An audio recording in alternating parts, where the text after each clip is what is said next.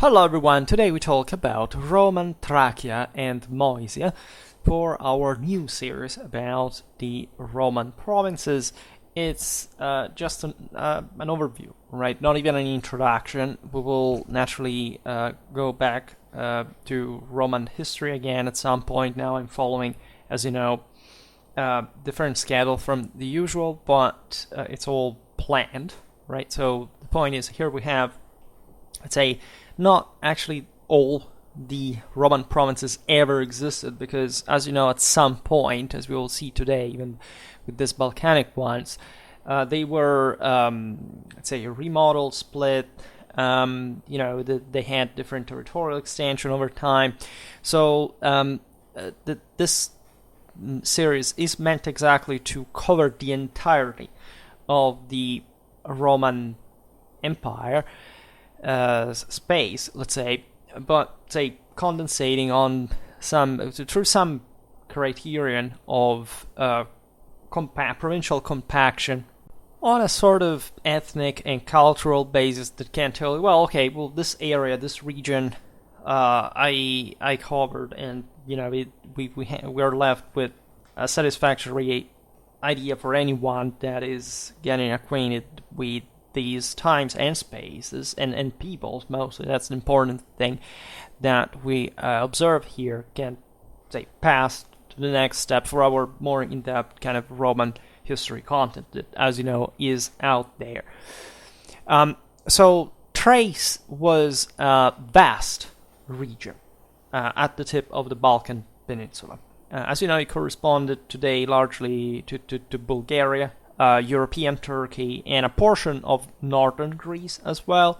So consider the times and the places. Again, this is very important, right? What does it mean really to be able to establish a stable political and territorial rule over these areas? You know that the Roman Empire fundamentally was built from essentially the Italian expansion along the Mediterranean coasts in the first centuries of the empire. Then eventually the Romans moved into a more continental dimension, especially in Europe, right, where they essentially had to gradually absorb, colonize, tame, and Romanize a consistent amount of people. Europe was substantially populated. Doesn't matter how, say, maybe Central Europe, in part of these areas in the south, were in the hinterland less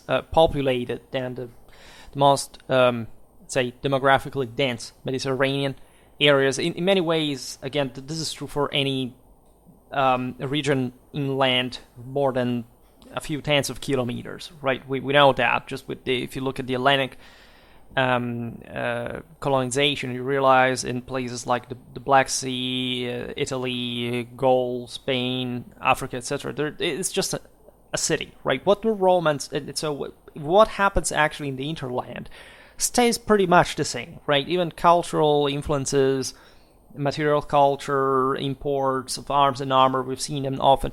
Doesn't mean that the people in the interland change really much. The Romans do something different that had never properly been seen concretely, is that they managed to mold this vast continental areas into basically Roman ones, Romanized ones at least, also because they fundamentally had come from the same background, right? The Italic peoples were essentially a continental people, independently from the location of the Italian peninsula in the midst of the Mediterranean. The type of population concentrate. I've just made a video about the Roman conquest of Italy that speaks volumes about the genesis of the Roman Empire as such, right? What it meant really for the Romano-Italic Confederacy to de facto take over imperially the world there.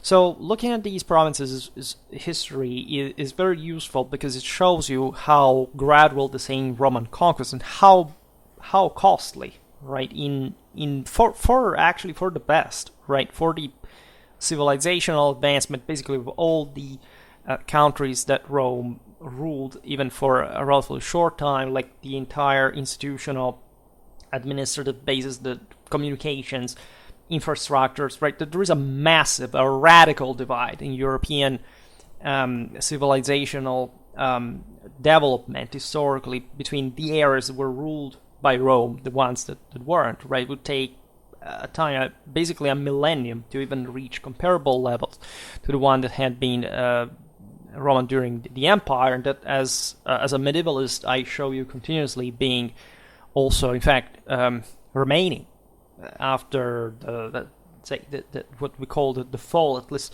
of the western half, which I think, but there is a great hype for especially ancient history channels, Roman history channels, to say, oh my god, Rome was so great, but then at some point it fell, and nothing was left. Right from the other side, where people say, "Oh no, we're more like the barbarians, the tribes. We like that Rome fell, and so it was disaster." So both of them actually say overlap in the bias of thinking that after the end of Rome, essentially was a radical collapse or disaster, from which especially the areas of the Mediterranean never recovered from. It's not the case. It was seen just the other day in some videos, also because, as you know, I made lots of stuff about late antiquity that circulates for the sake of the topic, not because there is any analysis, any kind of, even historiographical basis, or even, say, elementary factuality to it. It's about the narrative, right? It's about whatever we want to feel, right? In other words, superstitious emotionalism, and not what is actually deep. Also, that's why I always say I'm a medievalist. I can be biased, but as you know, I make a lot of ancient history content, and it doesn't make both ways any sense to study ancient history or medieval history and not studying the other, right? If you think that you can study the entire history, first of all, without a very solid, doesn't matter how basic, but still very solid understanding of the old eras, right? It's completely useless. Just bail out of history entirely. Like, if you're one of those people who fixate just in the fantasy world of whatever they think the Middle Ages were, the ancient world was, and you don't know anything, literally anything about not just today's world, but of course how it came to be throughout all the time that we know, it's completely useless. It can be useful to learn more in any circumstance, but just if you remain within those boundaries, it means that you literally know nothing about the same era you fixate on.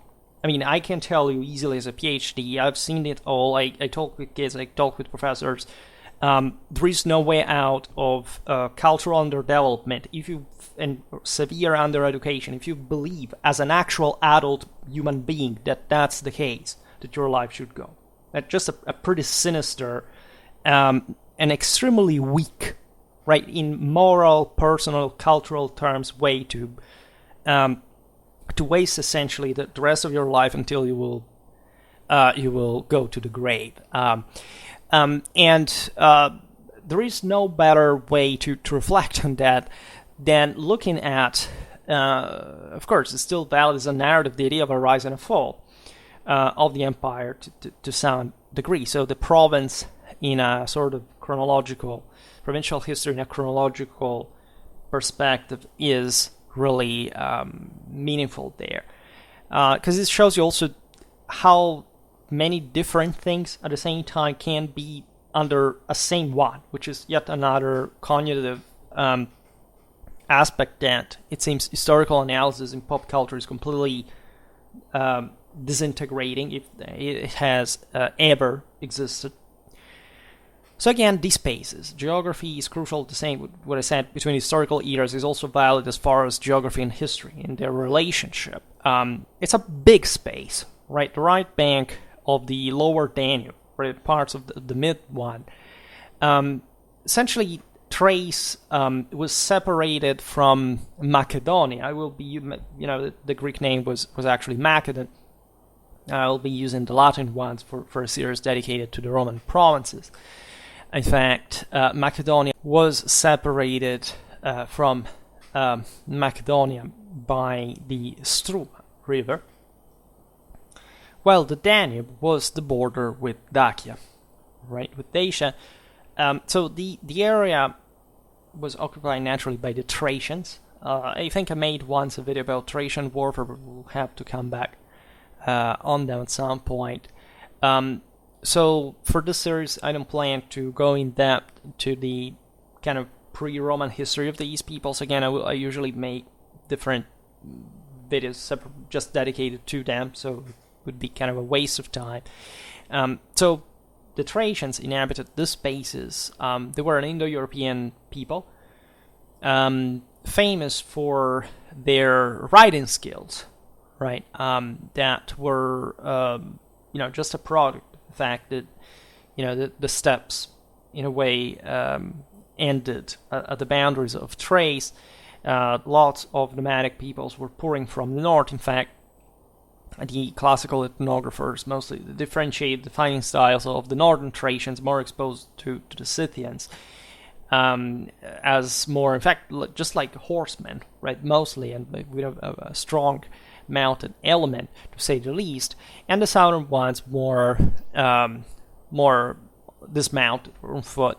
Naturally, there was a lot of in between, as always in the art of war, but this influence was strong. Like, generally speaking, if you look at other peoples like the same Macedons, the Thessalians, we've seen made a video about those cavalries, and we will have to develop that further as well. They all had, because just like Indo-European migrations westwards, southwards from the steppes, had basically responded to that mechanism, right, by the nomadic horsemen. All these populations were fiercely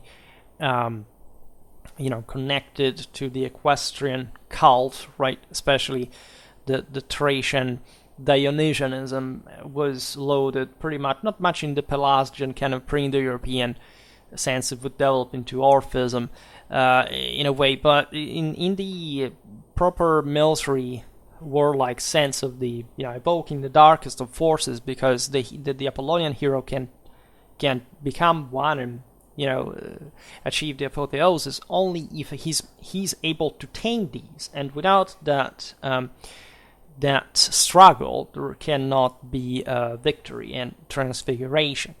The Thracians were viciously warlike in many ways, but as all these peoples, these tribal peoples mostly, doesn't matter, it had been powerful always in a relative sense, but by the time of the Roman conquest, they were just, again, pretty much still the standard of a continental European tribal population that thus had the lower hand as far as the confrontation with the more civilized, stato, professional armies, let's say, that were fielded at this point by the great civilization of the Adochoi, the Romans, etc. And the reason being, of course, always a matter of surplus, of how much they could concentrate in terms of individual power of these chiefs among the various tribes. There were coalitions, there were interventions abroad. The Thracians had historically populated Bithynia, for example. There was plenty of their mercenaries abroad. The Romans surely had been employing them in consistent numbers for quite a while now, especially since they had conquered Macedon, Greece, etc. Today we do not even talk about those interventions against Rome. That there is the so-called Fourth Macedonian War that is basically triggered by the adventure of a Thracian leader with a substantial amount of forces that seized Macedon, claiming to be the descendant of the last Antigonus, things like that. So, of course, these peoples, like, as we've seen also as far as the Balkan frontier is concerned, Byzantine times, and throughout all, basically, Balkan history, is always about these raids, is all about these backs and forths, this terrible ground, the Balkan mountains, forests, river valleys. They are, again, wild, right? They're difficult to centralize. They're not particularly rich, right? Reason for which they're not a priority for the Romans themselves, that, as we just said at the beginning, were mostly interested in, first of all, completing the conquest of the entire Mediterranean until Egypt. It's Augustus. I made a video about this, specifically giving that properly European, in the sense of continental dimension, to the empire, and so the Thracians began at that point to be more consistently handled, let's put it in this way, by the Romans. The Thracians were also very famous people, say, in the broader international, mythological commonality, right? They were known as fierce fighters, very many, numerically speaking, right, literally. And they appear, as you know, frequently in Hellenic sources from Homeric times onwards, so we really talk about famous people again. Like other Indo-European peoples, the Thracians were divided into tribes, lived in villages. Again, there wasn't much of a great amount of fortifications, if not in those Thraco-Hellenic contexts that we will be seeing now. They often moved within their own territory, so by a degree, which is subject to, to debate. Of course, they were semi-nomadic, or at least some components of them were. Among the most important tribes, the Bessoi, using the here the Bessi, let's say in Latin better instead than Greek, they inhabited the western part of Thrace, while the Odrysians and the Saipians were located in the central part of Thrace. As we will see, like in the east you have the Black Sea, in the south you have the Aegean. So those were heavily Hellenized, if not properly Hellenic coastlines by that point. And the Thracians had always been intense connections with them, so much so that they weren't, as I was saying before, that their culture was not for this reason some sort of, hybrid between a civilization and, barbarians. They were properly tribes. There was nothing to do about that, but they surely had been, for this reason also, co-opted, involved, cooperating with other powers, such as the Macedons, Pontus, and this will have interesting dynastic consequences also as far as the connection with Rome is concerned, right? As we will see, Caligula and the current Thracian king were actually relatives by literal descendants from common ancestor, Mark Antony, namely. So in various stages of their history, the Thracians were able to unite definitely under a single ruler. This was recognized as a king. There was again all the tribal, sacral understanding that again the most important, the first among equals, was essentially the divine medium, right, under whom, in case of emergency of war, mostly, in fact, all these forces had to unite. And surely, again, the Thracian elites had been quite sensitive to Hellenistic dynasticism already, and that's the measure they had to try to centralize in their otherwise much more very complicated world. And this kings naturally came from the main tribes, right? The most important ones, the ones who could defend the country more and coordinate the efforts more effectively, and were able to seriously influence the politics of their neighbors, right? Taking advantage of their strategic location, especially in the transit region between Europe and Asia, that had been a big deal back then. Lots of, as you know, of trade passing there from the Black Sea to the Aegean, namely the Pontic grain, and then just like today, and then let's say between the just Anatolia and the Balkans, and so part even of Silk Road.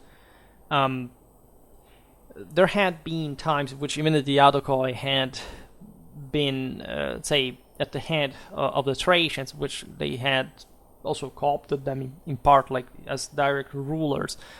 However, it had always been done from that, again, Hellenic coastal dimension.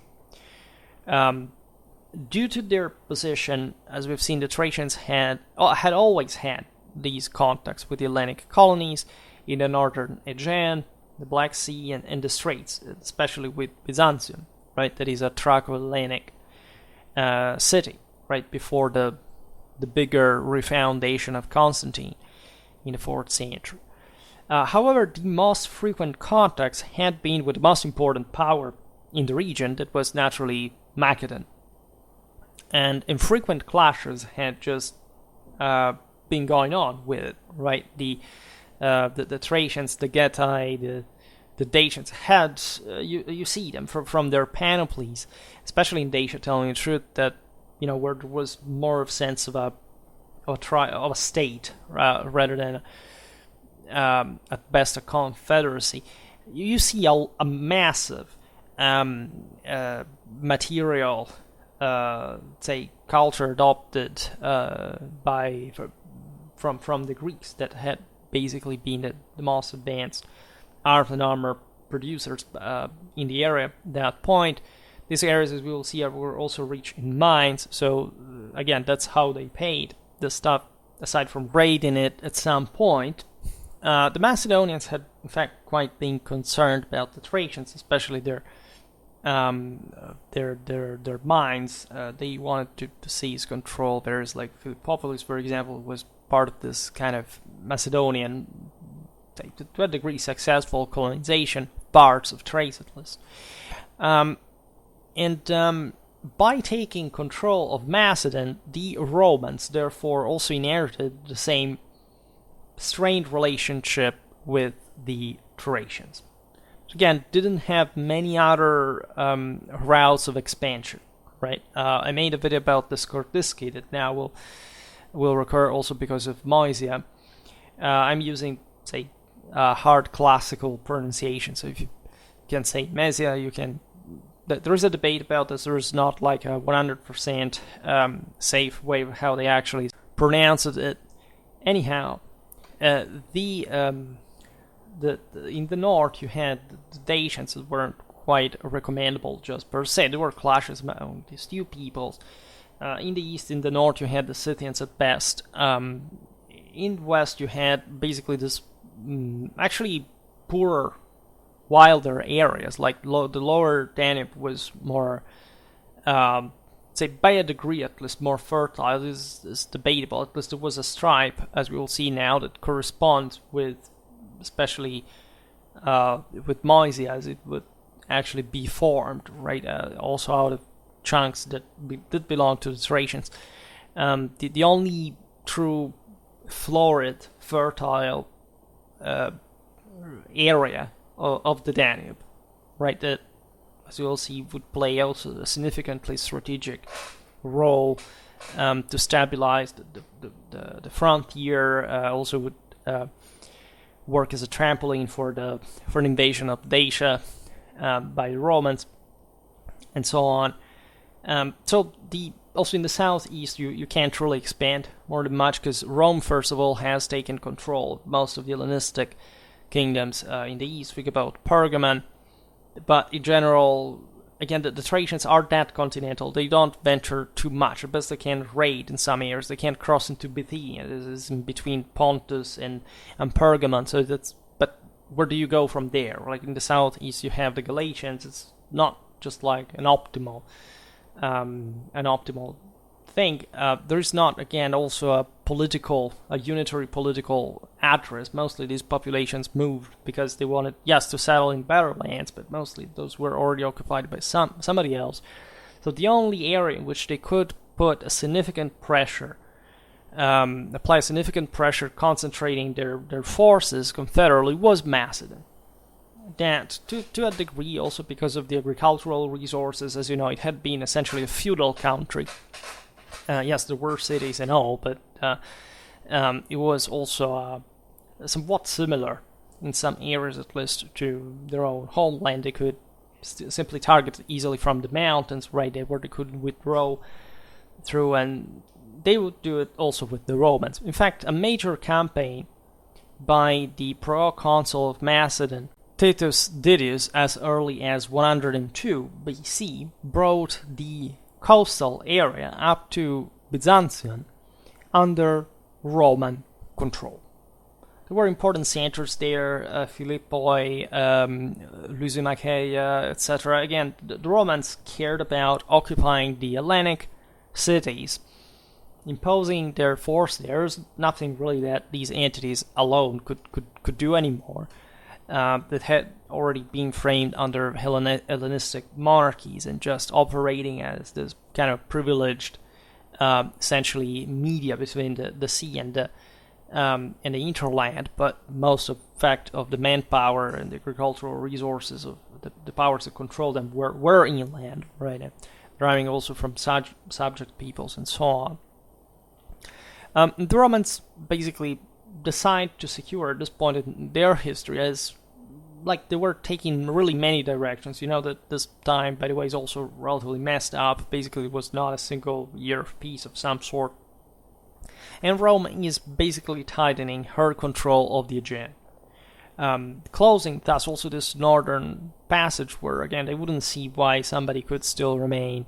Admittedly, they had already somehow showed their benevolence to Rome from a while, given that the latter was acting a bit like always the next door bully and causing, carrying out true and proper extortions, but again from powers that were not able to rule themselves, evidently for the same reason. So this this process brought the Romans more directly in contact with the Thracians, at least with the territory. At least Macedon was relatively sheltered, as we've seen, by the mountains, so that there could be incursions, but there were still two separate spaces from the other side of the. Say it's another world, arguably. Yes, we call them Balkans, but there's already a Central European dimension to some extent in the north. On the eastern coast instead, like up to Byzantium, there is not really an internal boundary, right? The Thracians are just there. We know of this expedition in 102 because it's confirmed in the Cnidus fragment of the so-called Lex de Piratis Persequendes. Suppose the Romans were putting down piracy in the Eastern Mediterranean. This law was issued in 101-100 BC, and in this fragment from Cnidus we have the information that the Thracian Chersonese, that is to say basically the European side of the Dardanelles, appears as a province. That is to say, it had been entrusted by the Roman Senate as a sphere of competence to the governor of Macedonia, in this case specifically. Which makes sense, because there wasn't any other, say, more compact province that you could essentially rule this thing better from. Now, it does not appear, however, that the Romans in this period extended their dominion beyond the coastal area, right? Nor that the Thracian peoples were made tributaries. Surely, again, the documentation is tricky because we don't know a lot, right? Now remember that we do not know so much, and no, it doesn't mean that there is a sort of strange history that has been made up and that the evil, elites are preventing you from knowing. It literally means that we actually have a pretty sound idea of what happened. It's just we don't have, in fact, the written proof, like the explicit evidence, but it's obvious that at least some Thracian populations already lived within the districts that the Romans had been controlling, or at least this would have been a normal process. Just Rome was much, more influential than the district of whichever Hellenic polis was occupied along the Thracian coast. But there had been already a process of essentially of assimilation, at least of the peoples living within the aforementioned few tens of miles from the cities, and obviously the populations on the hinterland traded with this Hellenic markets because they were the ones that exported stuff abroad, so they were all deeply connected. That's the same reason, again, why Rome just was concept of securing most of the coastline, because they would get what they needed, right, from tolls, from that, like just from that position, right. Now, during the 1st century BC, and to prove again how couldn't escape basically the Roman influence, as it was, as you know, really expanding like crazy, in spite of all the internecine clashes between the Romans themselves. In fact, Thrace became increasingly linked to the same fortunes of Rome. On the eve of the Battle of Actium, the king of the Sapiens, Rhoemetalcus, sided, for example, with Octavian, right? However, other peoples within the Thracian world remained at point. Maybe some would surely side with Antony. Others would remain, at least namely, non-aligned or things like that. They weren't, deciding the fortunes of the thing, but they could help, definitely, given at least that the struggle had come close, right, to the boundary between the two halves of the empire, where they basically were, closely to which at least they were located.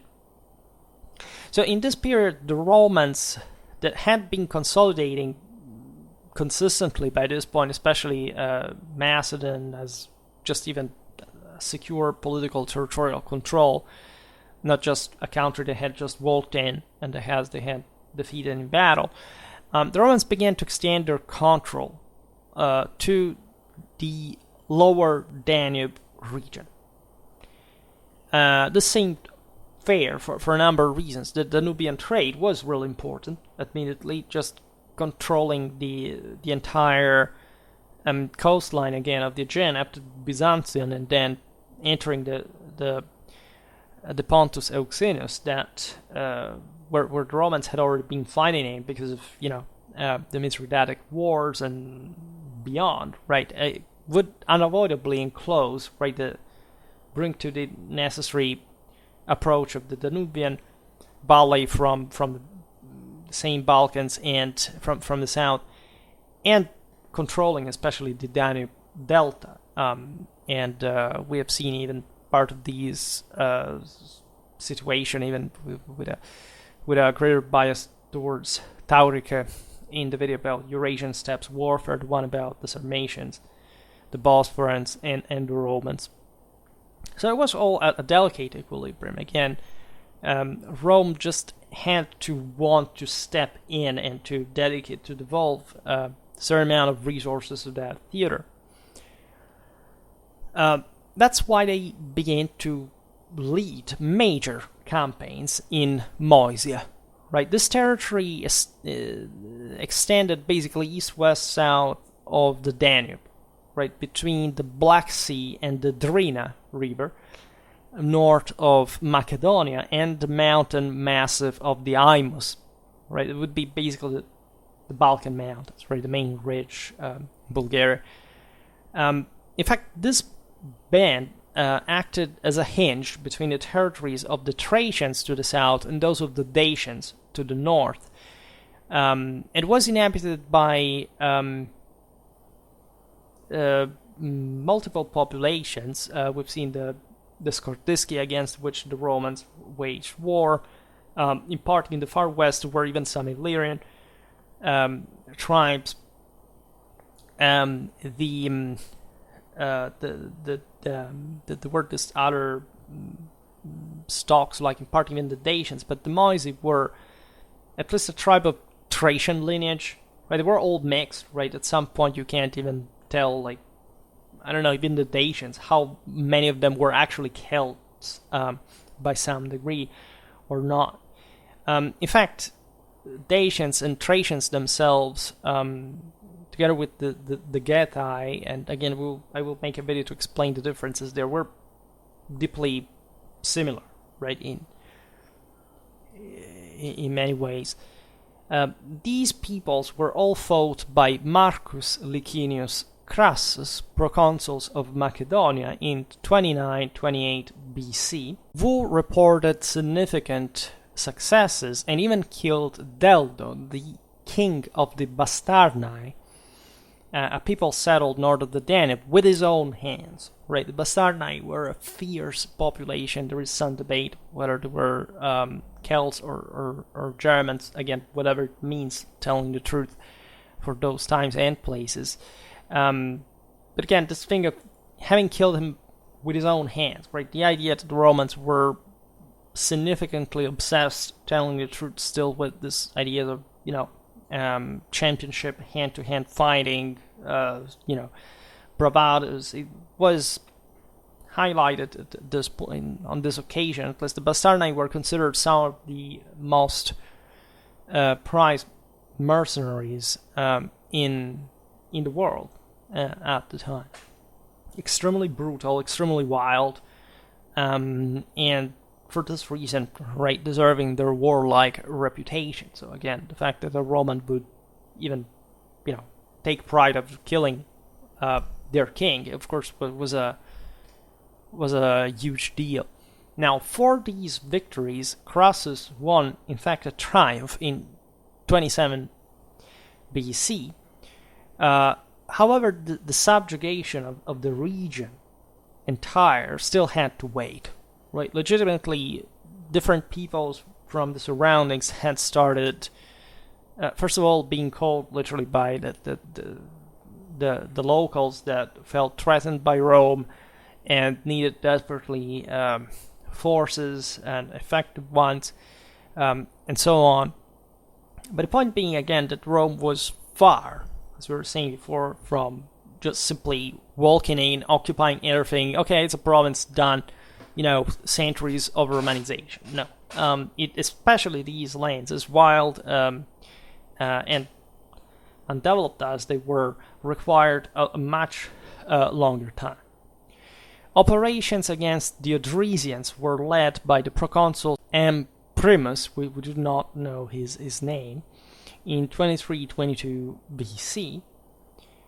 Later, he would be condemned for having attacked without authorization from the Senate, which also shed some light about the political initiative of the local proconsuls. In fact, that had their own ambition. They were playing their political cards also as far as Roman internal policy was concerned.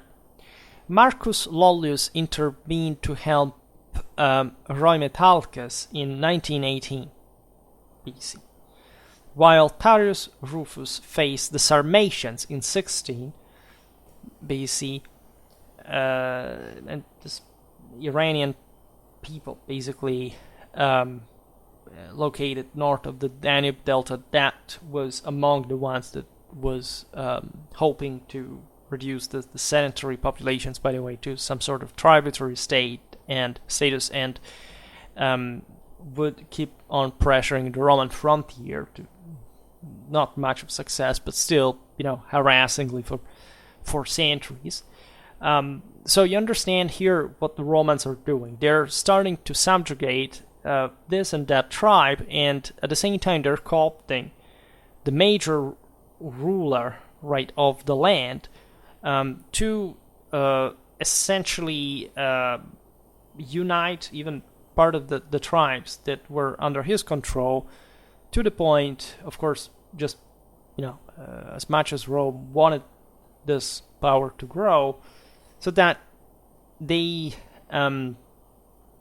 would control those areas more easily, right, through him, right. So the principle of divide et impera has always been 50%, right?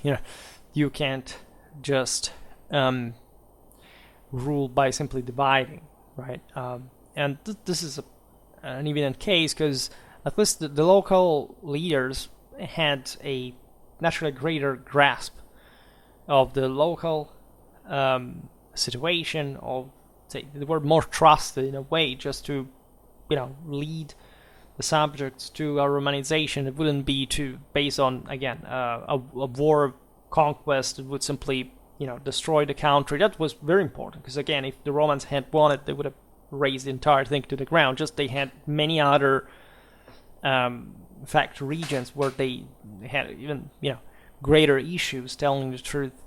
And so this was just not a priority, and they didn't have the resources for doing it all at once, right? But these populations understood pretty well. So looking at what happened in other neighbors, such as the Skordiski, that were hammered down and eventually obliged to even migrate further, across the Danube, after all this kind of say century-old resistance, right? What would happen to those simply tribes?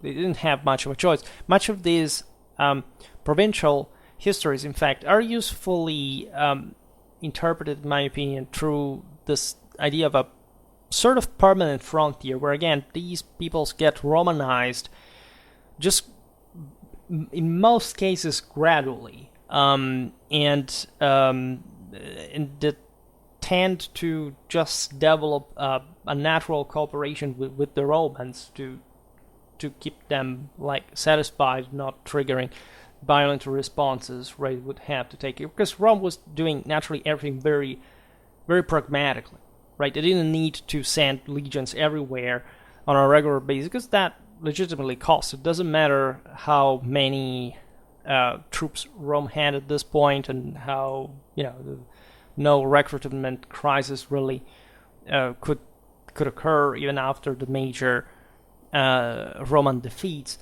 Still the necessity of levying, arming, maintaining, it was a huge deal, and the provinces required constantly such military presence. So, as you know, the army was the most expensive part of the Roman trade, as it was normal for for any power at this point. They mostly consolidated through war, because they didn't have, again, we're in pre-industrial times. How do you do that, right? You just have to press hard, and the stronger emerges through that kind of constant hammering. And naturally, the events of other provinces did affect Thrace, Moesia, etc. For example, the annexation of Galatia in 25 BC, and the campaigns in Illyricum during 12 and 9 BC had requested the transfer of part of the Macedonian garrison of Rome to new fronts, right? And it is exactly for this reason that in 12 BC, the imperial legate of Galatia, Lucius Piso, was sent to protect Macedonia from the incursions of the Bessoi. As we've seen, were the ones, again, closer to the Roman border in the west. And this tells you, again, how they mostly operate. Again, how they would do it's not just, we're the Bessoi, we just go at war with Rome, yay, because that's what we're waiting for. No, it's just that there is, of course, an internal competition between the leaders. Some are pro-Rome, some are against Rome. Tendentially, the most sensible are pro-Rome. But, of course, those who want to make a bit of a mess and that have a bunch of exiles and, outcasts, whatever, that buy into, again, the brotherhoods of warriors of, Rome, the world, and can get support from other peoples, etc. Simply launch this raid that is, again, it's just a temporary thing. If you're caught by Rome, you will not be treated very, very well. Let's put it this way, unless you're very, very important and Rome needs you there.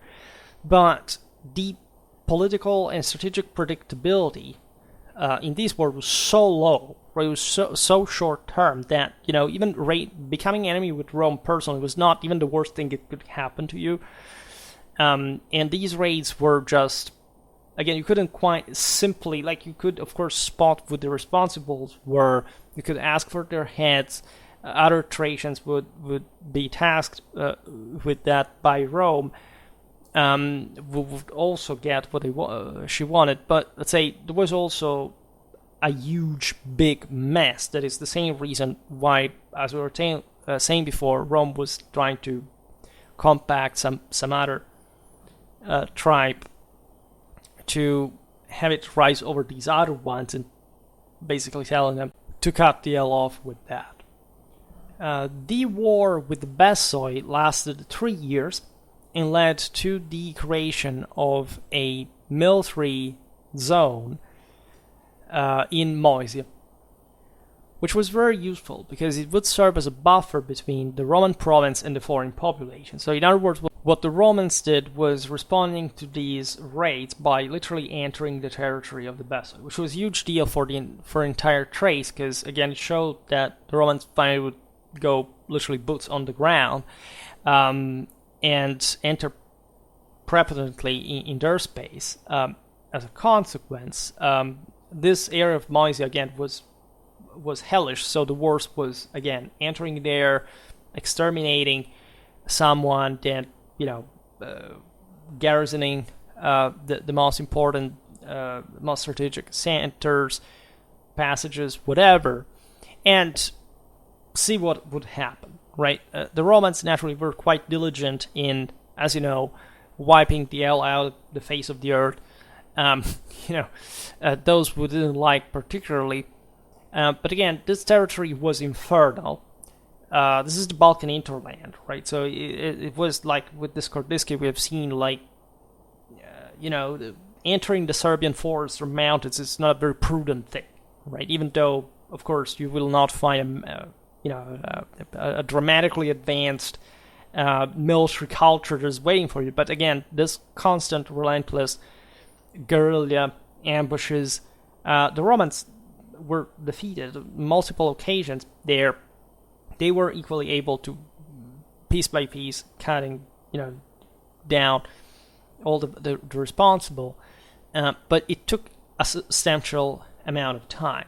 However, all this was worth it in perspective of the securing of areas like Macedonia, for example. Again, it's like we've seen, the other day with the Dutch of Saxony as far as the Carolingian campaigns. The Saxons had been harassing the Carolingians forever, especially the launching raids in the Rhineland, one of the most advanced areas in the empire.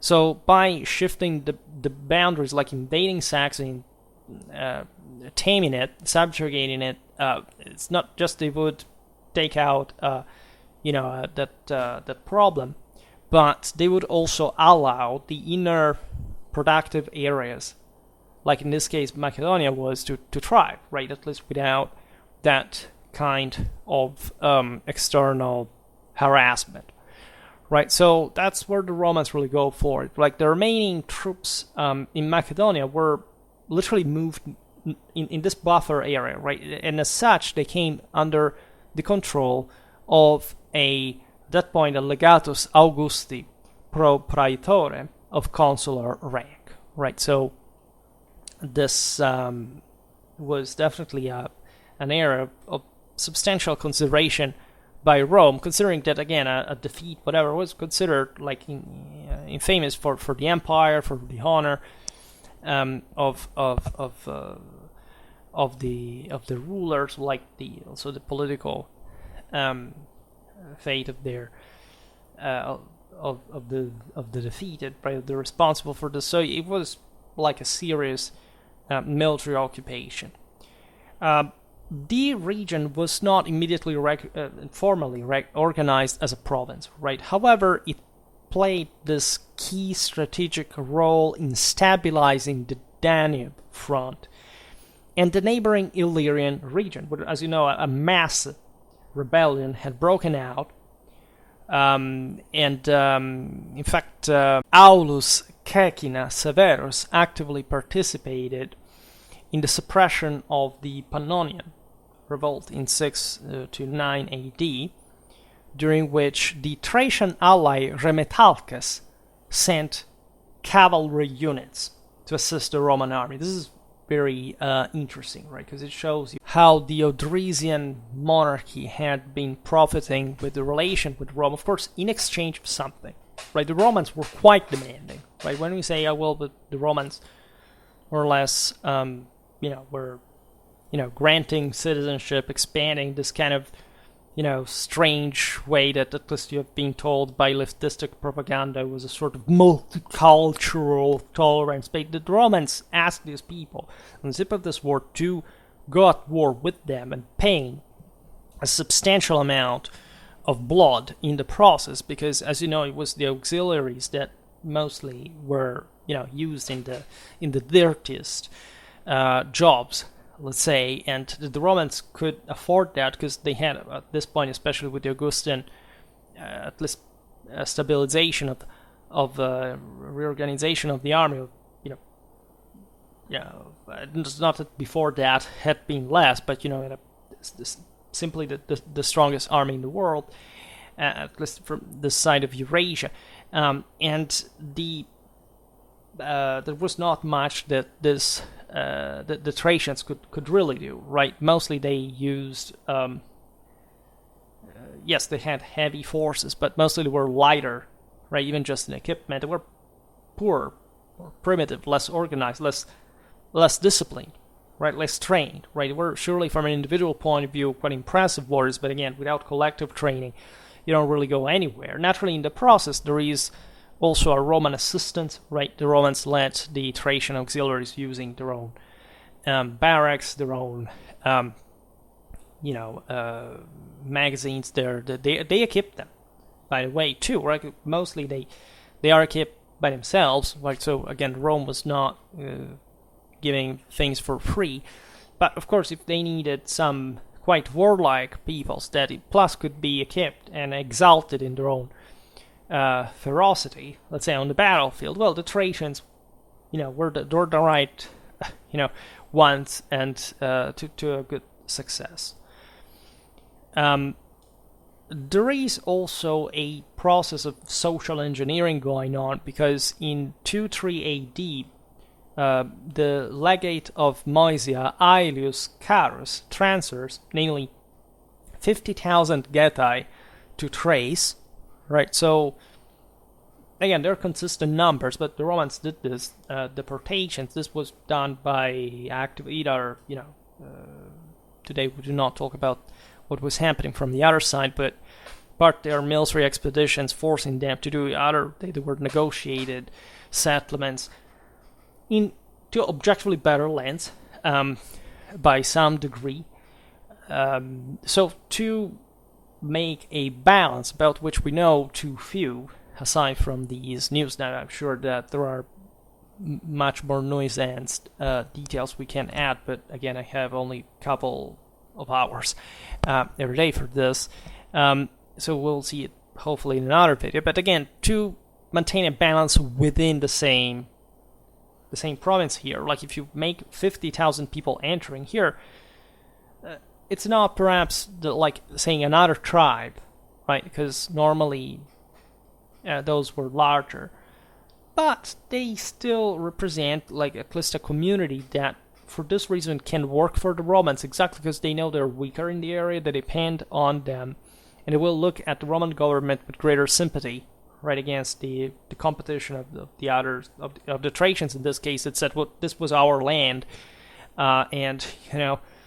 at least, also Macedon's was Roman land, except yes, it was also Macedonian land before whatever, so we all know how the game plays, except again, all what counts in tradition is the stronger to rule on the weaker, right? It's just as perhaps the single most fundamental rule of nature, and there it was just about proving whether you were the better of the wars, and these were the results.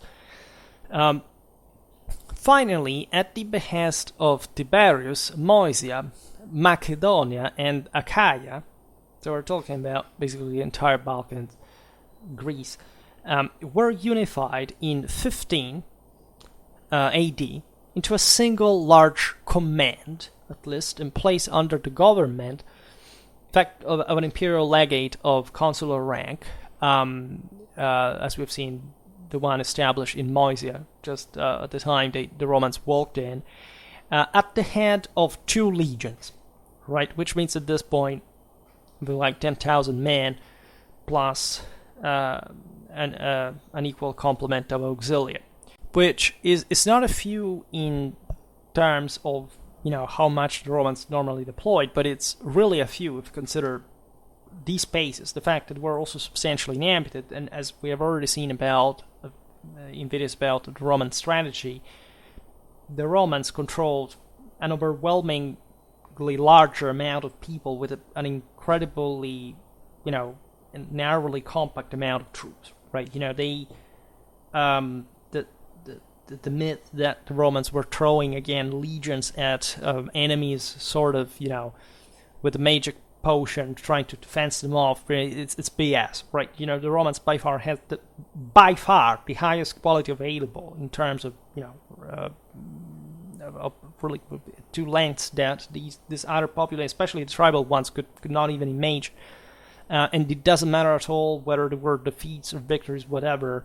That's how what war is, right? Asymmetry by definition. This has nothing to do with the fact that the Romans managed to maintain this empire with an incredibly rarefied amount of troops that were, by the way, all strategically conceived just to push forward the boundaries, right? So they were at the minimum of their capacities, but with an incredible aggressive quality of their forces. Now, this situation lasted until 44 AD, when Claudius re-established the proconsulties of Macedonia and Achaia, and in fact formally created the province of Moesia. That's how it really happened. In all this, in Thrace instead, so lower along the Danube, the faithful Rhoemetalcus was helped by the Romans to consolidate his dominance over the other Thracian tribes. Right, the importance of the Thracian Odrysian dynasty is confirmed by the fact that the son of Rhoemetalcus, Cottus VIII, had married Antonia Tryphaena. He was essentially a Pontic ruler, descendant of Marcus Antonius and Mithridates as well. So this was essentially an Hellenistic Eastern lineage that had, as you know, remained on the throne. We've seen it in the Bosporan Kingdom, etc., here and there, and married into the Thracians, right? And were connected with the imperial family because Mark Antony, of course, had married Octavian's sister. That there had been as you know, the Julio Claudians descended from Antony in part as well. Plus, by the way, Polemon, consider these guys think themselves, especially the Romans, are much more kind of, not really down to earth, because they literally believe that they are the chosen people that God has entrusted the rule of the world with, and it's objectively a bit difficult to deny at this point, but they had still that idea that, again, the princeps was a bit the primus inter pares, a bit like this other continental peoples. In the Hellenistic world, these populations for millennia believed that they were literally the children of Son Helios. I mean, it's not so different from even the concept of the imperator per se, but they do it in an incredibly more dynastic, monarchic, and properly totalitarian way as far as their blood is concerned. At this point, again, with meager results, given that had been taken over by the Romans in the process. So again, according to tradition, there was no doubt about who is who. But again, a bit the feudal mentality of the ancient world that we have forgotten, because we have been told that it was a democracy, a republic, and all this bullshit, should be highlighted by, again, the fact that these rulers thought themselves, again, as sort of aeons, a sort of, spiritual, say, divine powers that moving in the world and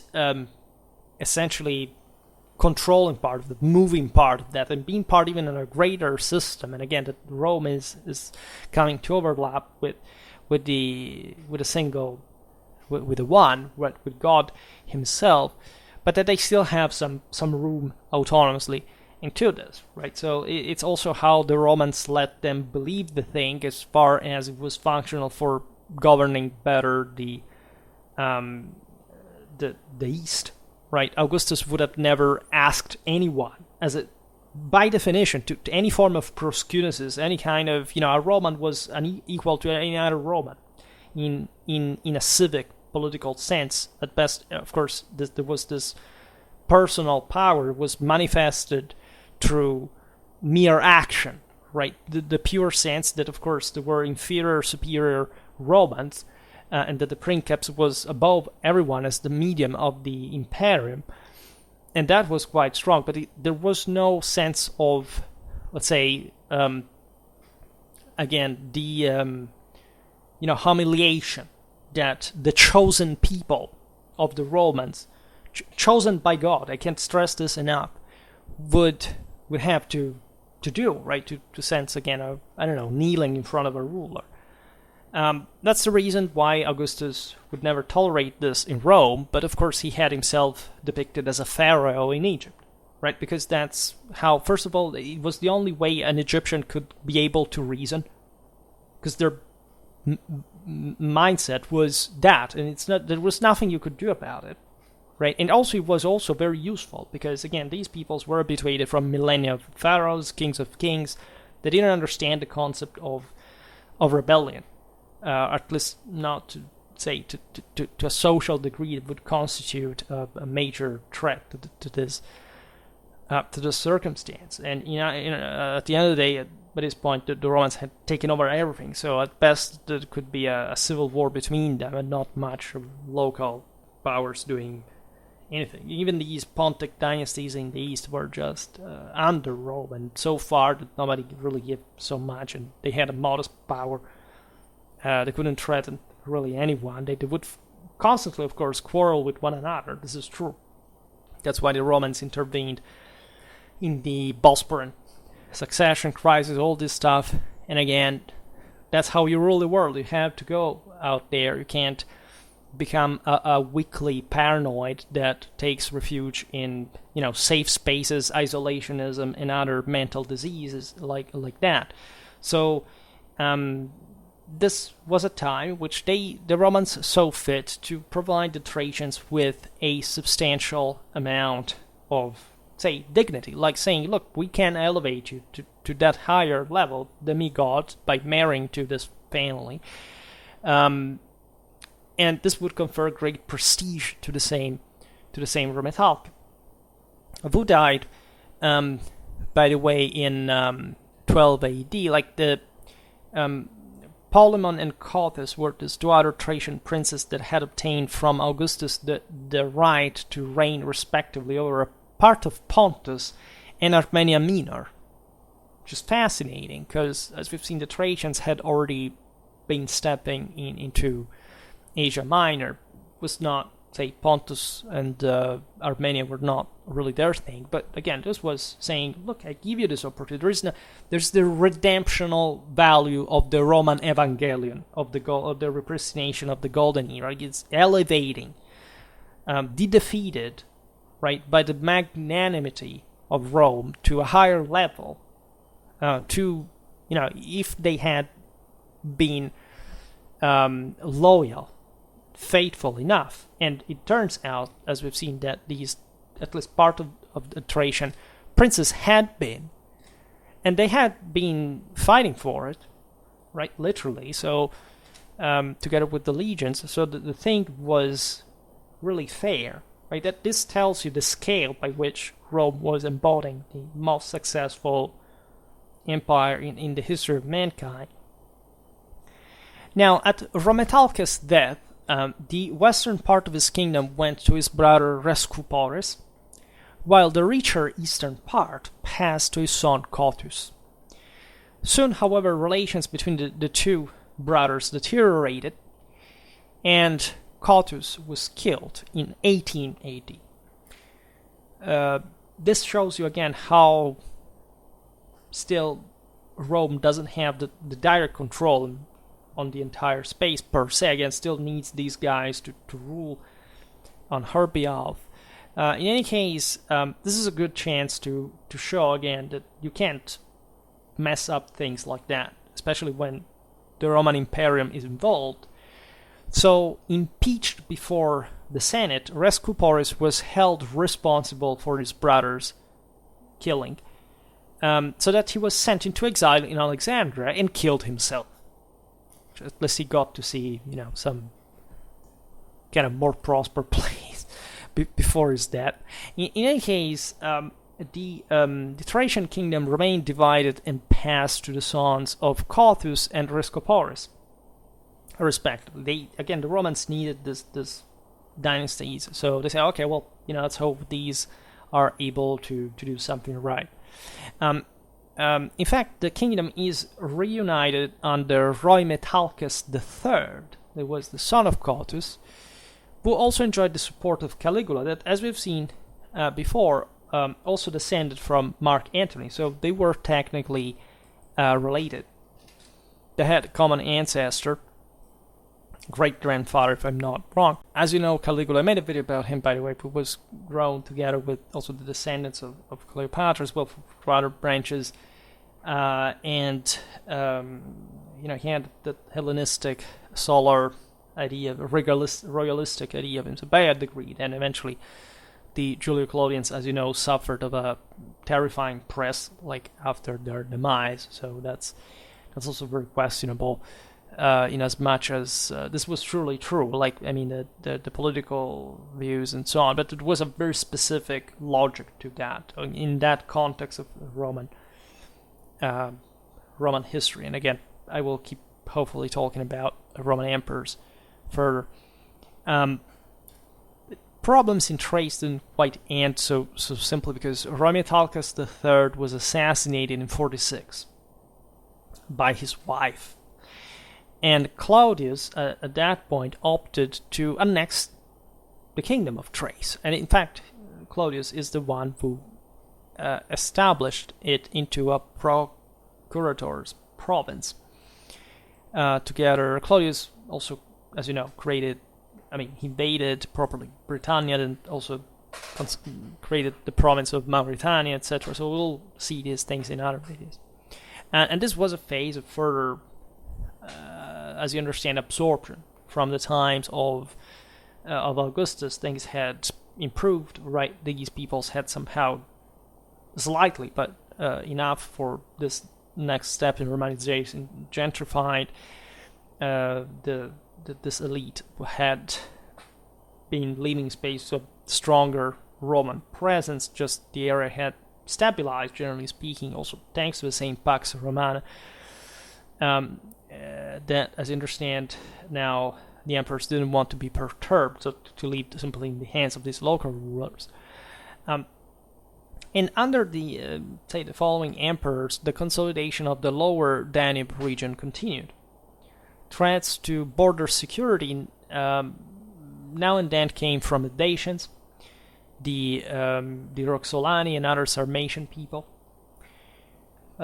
Nothing too concerning, but pressure would increase over time, as we all see, so that especially the conquest of Dacia was a due process, given that Dacians themselves were Romanized by osmosis, right? Romanization didn't end at all just in the areas directly controlled by the Romans. They went far beyond, and most of these other peoples compacted greatly, let's say, because of the prosperity of the empire, but also the same, what the same Romans would have called metus hostilis, so the political compaction, even the development of arms and armor, sort of greater civilization spread. Under Nero, 100,000 people belonging to unspecified Trans-Danubian tribes were settled south of the river in Moesia. Right? This exemplifies that the Romans had always been settling peoples coming from across the frontier and managed to assimilate them, to reinforce, especially these less kind of developed areas, less concentrated, increasing working force, also manpower by the Greek, because they would gradually be, Romanized over time. And as we've seen, Moesia was quite fertile compared to other Danubian territories, so it was a potential to be exploited. Evidently unstable enough peoples around to require also the protection of Rome or this land, because the Sarmatians were hammering them like both from, say, the Danubian corridor in the east between the Black Sea and the Carpathians, or west between the Thracia and the Carpathians. So the Romans were just becoming the most obvious point of reference for the various sedentary peoples that didn't want to be raped or killed or enslaved by a Sarmatian, right? So a short time later, between 67 and 69 AD, the Romans, in fact, had to repel an invasion by the Roxolani and other Sarmatians. Consider that these peoples, we've seen it in the dedicated videos, were kind of fighting one another ferociously. The Roxolani were pushing west, the Jazyges, eventually the Alani would come, they would push further, would take over everything. The Jazyges settled exactly between the Danube and the Carpathians. They were a bit problem for the Romans, but they were also the weaker, right, the broken ones among the Sarmatians. And all these movements were also surfing the way, let's say, of other political processes. Again, mainly the consolidation of Dacia under properly a kingdom of some sort. In fact, Moesia was the starting point of the various wars waged by Domitian and Trajan against the Dacians and their king Decebalus, who had been looking upon the province with lust and had been invading it at some point. As you know, there was an initial Roman defeat, but Domitian then eventually there was a successful response and campaigns properly of conquest and subjugation for many reasons. It's that we know so clearly why the Romans, maybe not from a day to another, but in general decided at that very point in history to invade. We don't know that. Nobody knows that, right? There are just hypotheses, one better than the other. But obviously this had to do with the rich mineral resources of Dacia, with, again, further, subjects to just squeeze, and this very sheltered position in the Carpathian Basin to be essentially a militarized avant-post against the Sarmatians, and the aforementioned mechanism of essentially stepping into this outer territory to relieve Moesia of the harassment of these people. The Dacian threat had in fact prompted Domitian himself to reorganize the region and to divide it in two: Moesia Superior in the west and Moesia Inferior to the east. Right? Both provinces were subject to imperial legates of consular rank. The annexation of Dacia in 106 stabilized the region further and allowed the beginning of a deeper process of Romanization. So as you understand, these new territories are brought under an enhanced military control, by the way. They allow for further also internal expansion. So the Roman presence in the area is quite strong, right? The Romance traces in this area are much stronger linguistically, even in the later Slavic languages, than Greek, right? Historically, this is quite interesting again, because Dacia trace had, after the Roman arrival, remained much more Hellenic influence, but the Romanization, as we were saying before, was something quite different from Hellenic colonization. Right? It literally entailed the molding of the interland, right? The colonization of actual Italic people settled there, and a literal copy of the same Rome for every city. There were, admittedly, we will see now, some, especially in the later Roman Empire, some cities that were founded by the Romans the Greek way, because again, in the broader Hellenistic East, right, this area was fit later in the Eastern Roman Empire, were more habituated like that. This depends on mostly matters of elites, again, of how the Romans used to rule also the richest areas further south. It's another thing. What is interesting about Moesia is that its military importance would not wane.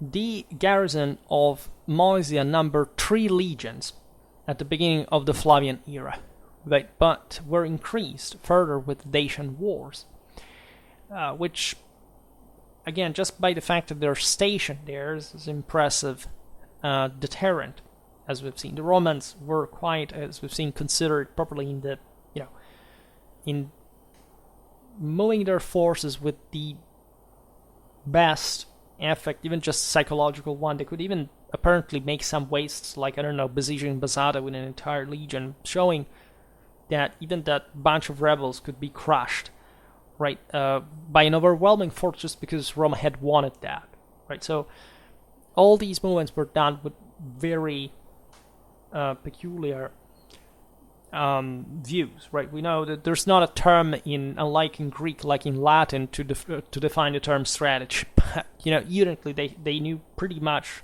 what strategy meant in practice, and that's something you must really understand if you study ancient medieval warfare. That you don't need a manual to make things work when you actually do them, right? Especially with this frequency and experience. Today we'll not talk about the details of the Dacian wars, because at least we will have Dacia among our Roman provinces series, so it's unnecessary. But the military presence would remain, located along the Danube in the numbers of 4 and 5 legions. Right, is that the Rhine and the Danube were the most garrisoned, the most protected frontiers, of course. 3 units were stationed in Moesia Inferior, and the main camps of the legions were Troismis, that is Iglitza, Durostorum, Silistra, Novae, Svistov, and Oescus Gigen. In Moesia Inferior there were 2 legions. In the provincial capital Viminacium, that is Kostolac, and in Singidunum, Belgrade. Numerous watchtowers and auxiliary units were located along the river, forming the defense system of the so-called limes, that the Romans didn't call like this. To their understanding, it was a sort of monumentum for which, again, they would control people from within, let's say, kind of from both sides of the river, through their deterrent force, and in case, of course, of practical unleashment of the same. So again, we will talk in other videos about, can't do it for every video of the series, like how the Roman frontier worked, also in terms of fortifications, etc. But it was still, it was always, right, something what we call in depth, right? There was not like a late Roman Empire where there was a defense in depth, and before it was a kind of a linear cordon one. No, it had always been that composite, and just the most important thing was what the legions could do, not what kind of defense you would simply have. Except, of course, if you look at the enemies the Romans were to mind, they wouldn't have the same engineering capacities of the Roman army, right? The Roman Trajan's bridge on the Danube was a major feat of world history engineering. It was just something that was beyond the technical capacity of any other people at the time. And so the veterans of the Dacian wars, by the way, were installed in various colonies locally. At that point, the Italians were still prevalent, right? There were important numbers of Celts, like 30%, especially from Gaul, right? Because they were the most populated and somehow warlike regions. So, as I was saying before, even linguistic genetic traces is quite there. And of course, these areas would start speaking a Latin that was not much the one of Rome, but the one of the of Italy, which in different regions was different, of course. In any case, in Upper Moesia, Domitian founded Skopje, so today's Macedonian capital, while Retiaria, Archar, was created on the initiative of Trajan, who also transformed Oescus in the lower province into a colony after the transfer of the Legio Quinta Macedonica to Troismis. Oescus was about to rise to the significant center. Trajan also founded Marcianopolis near Daphnia and Nicopolis at Istrum Niciu. This again as Hellenic polis, because the coastal areas were more influenced by the Greeks to the extent that it was better, say, to settle, say, on that model, right, and leaving to the Romans actually the most, as it had always been the case, kind of the most military frontiers. These the last two cities were initially in the province of Thrace, right, of Thracia, but towards the end of the 2nd century, they passed to Moesia Inferior, when the border with Thrace was moved further south, right, on the Imus range, right. So Moesia basically started to extend all the way through the Black Sea, right. Before it had been kind of upstream province, looking at the course of the Danube. Then basically, as the Romans consolidate further probably the Danubian line and have conquered Dacia, and so they're more present near, this stretches instead until the very Black Sea. In fact, the coastal region of Moesia Inferior included prosperous Hellenic colonies on the coast, such as of ancient foundations, such as Istros, right, Istria, and Tomi, Constanza, and that's the extent to which naturally the Romans wanted to homogenize more or less the kind of the Hellenic presence for, again, mostly greater functionality for what the cultural prevalence in the East was with the Greeks, especially on the coasts. The sense it wasn't much the Romans could do, like the Romans Romanize the entire Western Europe, and even parts of this kind of more interland, even the Balkans and so on. But again, as far as everything goes to the Aegean, it's at further east. The coasts are all Greek, right, or Helleno, whatever, because of also the importance of the peoples living in the interland. But yes, there were Roman colonies here and there, but the whole purpose was not to, or the mere the effect could not be the one to Romanize, make them these places speaking Latin as their first language, or at least a form of Romance, right? So under the Antonines, various cities of the region acquired the status of municipium, which is quite important because it takes from capere munus, which means to take on this kind of task, but that entails also reward, right? In Latin, it means both things. In fact, the municipia of Viminacium and Aelianum in Upper Moesia date back to Hadrian's time. In Inferior Moesia, the centers created around the legionary camps of Novae, Durostorum, and Troismes became municipia. You understand, even here there is a Roman fort that basically evolves into a city, right? We look at the basis of like the squared city, say, map, right? This of the original settlements, they developed, as mostly they were also in this case massive feats of engineering, of infrastructure were solved by roads, by aqueducts, and all this stuff, and it would become an important infrastructural base even for later times, starting from the camps and then simply people gathering around, reinforcing the place, and just the people living in the camps at the point, leaving in or being discharged, and sometimes living in the same place there afterwards. So that's how it worked.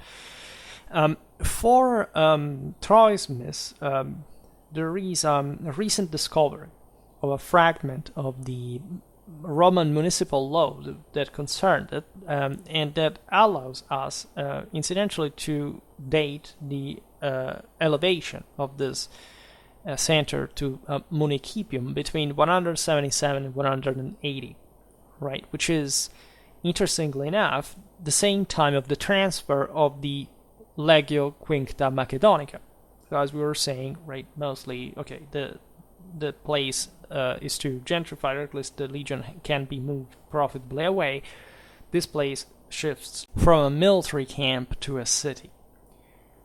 Under the Antonides, still, municipia were founded in the metalliferous region of Upper Moesia, too, while in the lower one, the Tropium Traiani in Adam Clissi became a municipium. It was built near the monument erected in memory of the victories of Decebalus, and that has left us, in fact, some of the finest, and I posted here the pictures, depictions of, in fact, late second century Roman legionnaires clashing against various Central European enemies. Famously enough, especially in the 3rd century, but already from some time before, the population of Moesia, like that of Illyricum, was a formidable recruitment pool for the Roman army, right? From which not only the local garrisons benefited, but to a sense the entire empire, right? Because from here, essentially what we call also Illyrian emperors, mostly were actually from Moesia, right? And they, as you know, saved the empire. They restored it even. And what we see from earlier times, even from one of the crisis, the 3rd century crisis, is that the absence of significant cities prior to the Roman foundations in the area, again, the previous peoples didn't really know urbanization, implied that a large part of the provincial economy revolved around the supply of the legions. This is somehow overlooked, even as far as the consequences after the end of the Roman Empire were concerned. Because this will always remain a militarized frontier. Livestock farming was widespread, but the main source of the region was the silver and lead mines, right? Their systematic exploitation began with Trajan and Hadrian, who established 4 districts in Moesia Superior. They were called, in fact, properly as mines, the Metalla, Ulpiana, Dardanica, Aelia Pincensia, and Aureliana. Under the control of imperial procurators, by the way, they had to watch over had to be trustees and, not let some silver and lead, disappear in the process. Admittedly, some of them, they would take their own themselves, but, still, the exploitation of those veins was successful. Entire communities of miners moved from neighboring areas to ensure an adequate workforce, that's interesting. The gold mines were located instead. They were in Moesia Inferior, right, in Montana specifically, Mihailovgrad. Thrace was initially a province of minor importance, as we see. I mean, it was less developed. It was a tribal, brutal, wild, barbarian place, right, entrusted to the government of imperial procurators of equestrian rank until 107, 109 AD. It's only at that point that he passed instead to a legatus Augusti pro praetore, so of praetorian rank. This shows how, especially to the point, right? This would have to was covered, was protected by Moesia, and generally speaking, started developing reflects the increase in power of the province. It had been the administrative, say, the scarce urbanization of the region to have made the administrative organization suffering, right? Much of the territory was divided administratively from a military on a military base, where it was entrusted to a commander appointed by the local governor, right? Because this were the districts corresponding to the original tribes, right? It was a lot of Hellenic influence here as well. In fact, these leaders were called strategoi, right? The individual tribes were headed by a phylarcha, right? And so divided between the various strategies and assigned to the territory of a city that would have to catalyze the process of Romanization. The number of urban centers grew considerably under the pressure of the Roman emperors that, as we've seen, tendentially favored the Hellenic model of the polis. Right? These areas will remain quite consistently connected to the coast. Think about just Constantinople later on. But if you look at Claudius times, Vespasian, here you see that veterans and civilians as well were installed in Apri Deultum. These were Roman colonies, as well as in Philippopolis, today's Plovdiv, that was instead an Hellenic polis under the Romans and founded as such. Trajan created Plotinopolis as well. It is today's Didymoteichon, right, and Traianopolis, in the southern part of Thrace, while at the Hymus he refounded the old Hellenic city of Beroi, that is Stara Zagara, with the name, however, now of Augusta Traiana. In the territory of the Odrysians, however, Hadrian founded the most famous Adrianopolis, right, Edirne, in 125. This would remain, as you know, at least in the area, that essentially the most important center in the longer run. Then there was the coastal part, where you see that there had always been kind of, interestingly enough, these Hellenic cities here were again of ancient, more ancient foundation, right? If you look at Philippopolis, right, these were after Philip II in the aforementioned Macedonian expansion, etc. But, for example, on the coast you have the Samian colony of Perinthus, Marmarae Reglisi, on the Sea of Marmara, that served, by the way, still as the provincial capital because of this initial sense that these were the older centers, that the most kind of civilized, even under, from a cultural point of view. And it was only 136 that the increase in the number of cities rendered it possible to dismantle the system of strategies that had been used in this kind of more archaic way. This for saying how paradoxically it was, let's say, easier at a point to Romanize a frontier area than one that was, let's say, at least Thrace was less productive than Moesia, as we've seen. And so it was also less strategic, right? How, even the Hellenic influences were essentially offering the Romans some ways to, to cope with the barbarians in a more xenophobic way that, say, the Greeks had, that was basically unknown to the Romans.